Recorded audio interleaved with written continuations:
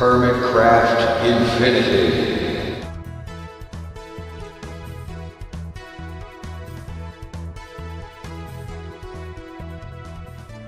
Welcome back to Hermitcraft Infinity. Alright.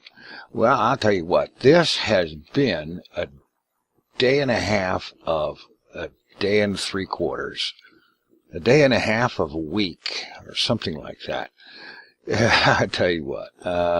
Well, let's start with the new. We've got the Inscriber set up here, done just according to D-Mac's tutorial that he made the other day.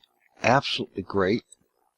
Put the thing together, set up the program in Steve's Factory Manager, and the thing just works. Right out of the box. It worked great.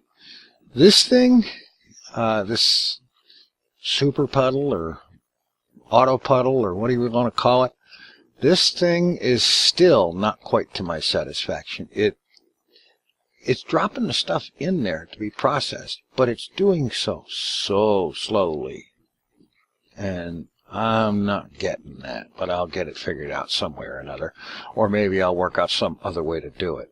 I saw something that D-Mac did where he, instead of an open crate, he was using a formation plane to drop those things in there, so I may try that.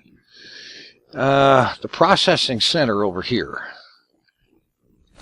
This thing, not only do I have this set up with all of everything set up to handle everything, all these ores, dense nether quartz and nether quartz to go into the sag mills. They're not whitelisted for the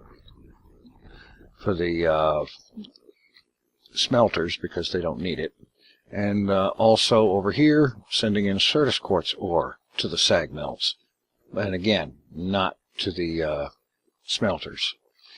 Over here, we've got the dense ores along with redstone and lapis being processed in a pulverizer. And that's doing a pretty good job there too. All of the backlog has been taken care of. I went and I turned the quarry back on, and it is now running, and everything is being processed as it comes in. Great. That much is working fantastic. Then, on the other hand, there is this in here. And I have to say, before I go any farther, I already recorded this video once today. And I got it done. I got into the editor, and I started working on the editing. And to my great, humongous aggravation, my microphone had been disabled for the entire recording. So I had 30 minutes of silent movie. Needless to say, I trashed it.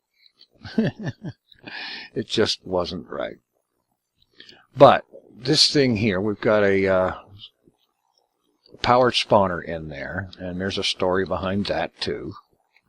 I've got my 4 grinders, and I'm using 4 because the area that they cover is just a little bit on the small side. Like I think it's a 5x5 area that they cover. And so with 4 of them covering this, they cover this entire 9x9 room. And don't miss any spaces, so anything that spawns in there, the grinders gets it. Now, the spawners is another trick entirely. The powered spawner from Ender.io. I made these by using Wisp spawners that I had broken. And you had like 30 levels of XP to combine this framework with a Wisp spawner or whatever other mob that you want to use. An anvil with 30 levels of XP. Well, I had these things in there, had them hooked up, and what I was getting out of them was this right here. Just 6 varieties of ethereal essence. Only 6. Plenty of them, but just these. And I was wondering, what in the world is the reason for that? Because I have seen other spawners set up, Wisp spawners set up, in videos and whatnot, recently, that worked, and they produced wisps that generated all of the different varieties of ethereal essence, all 49 or 50 of them, and over time, a considerable amount. And so I figured, okay, maybe it's got to do with the fact that this was made from a broken wisp spawner. So I went and I got out soul vial. Got an empty soul vial, and I went around and I hunted over and on and off for probably about 3 hours, and I finally found a naturally spawning wisp and grabbed it in the soul vial. Now with the soul vial, you combine that with a broken spawner in this gizmo here, the soul binder, that and like 15 levels of XP, a whole bunch of power, and probably 10 or 15 minutes of time. It's slow, expensive, takes a lot of time, and so on. But I got that out of there. I combined that with a powered spawner, and I set that one in there, the one that you see in here now. And I've got it all rigged up. Underneath here, we've got the insulated redstone cable, conduit, whatever, that takes the redstone signal over here for turning these machines up there on and off. Coming down from there is conduit for items, and the items go, they go out to that chest out here, down this way. The items go that way to the chest in the corridor right there.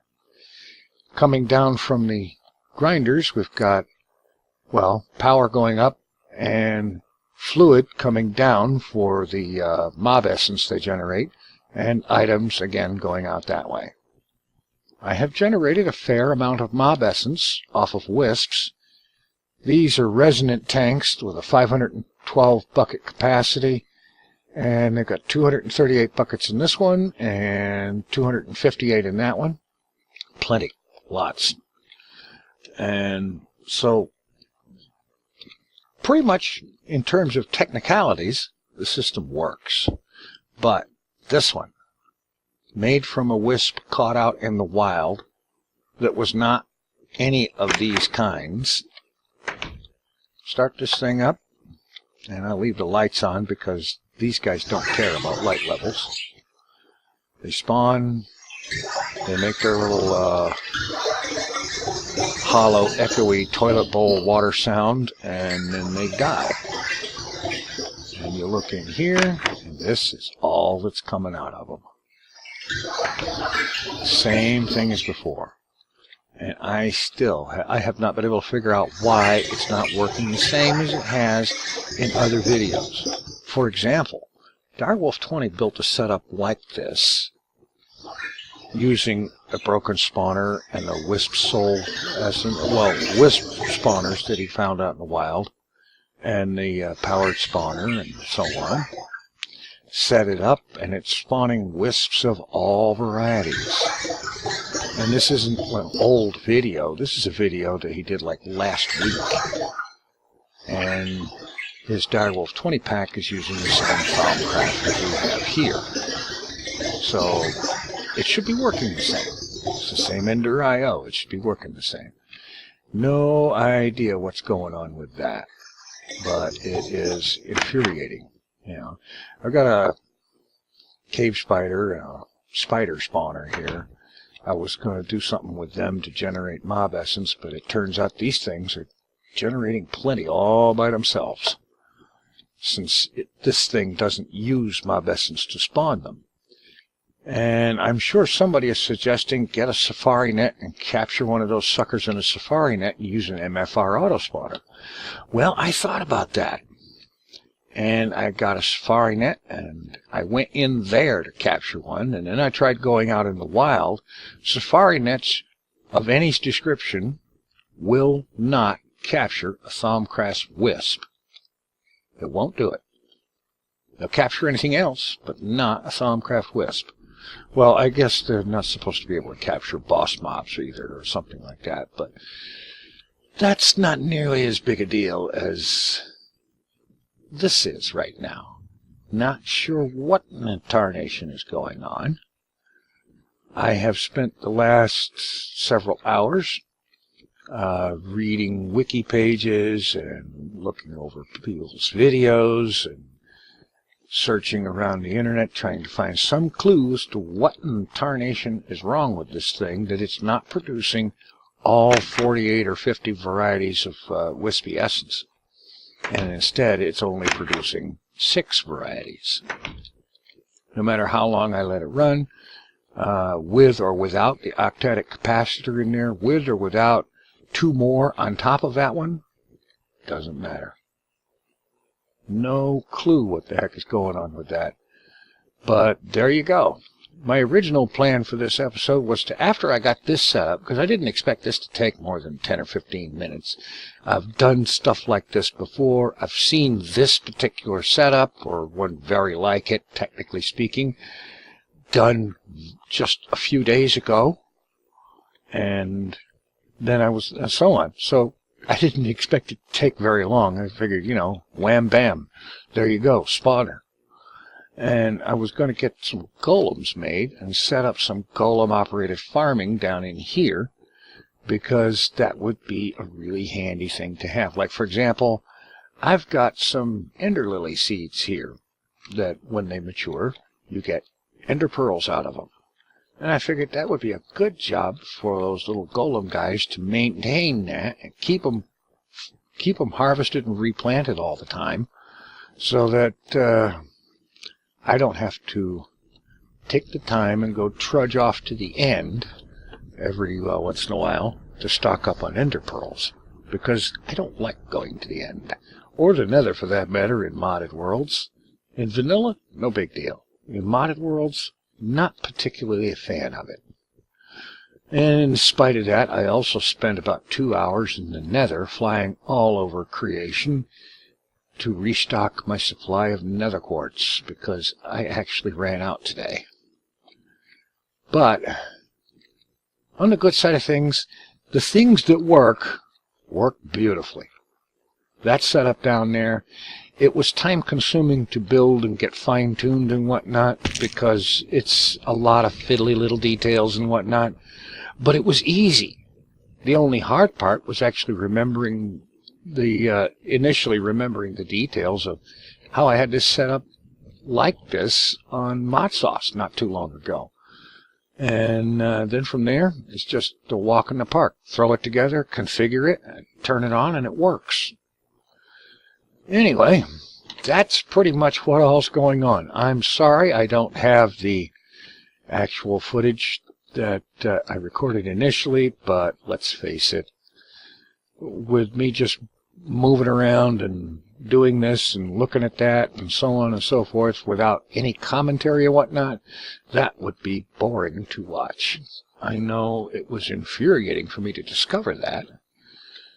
Anyway, I think I'm going to pretty much call it here. I don't like doing the show and tell videos. I would rather do and tell. But this one, there was no way that I was going to be able to do anything but show and tell unless I wanted to go down another 2 or 3 hour rabbit hole and work up some other project that I didn't have anything scheduled or in mind for after this. I was going to worry about that after this was working.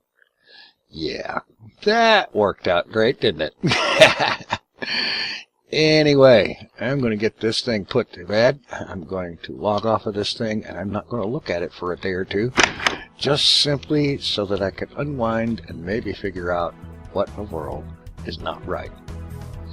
Anyway, thanks for watching. Take it easy. I'm out of here. Hope your day was better than mine.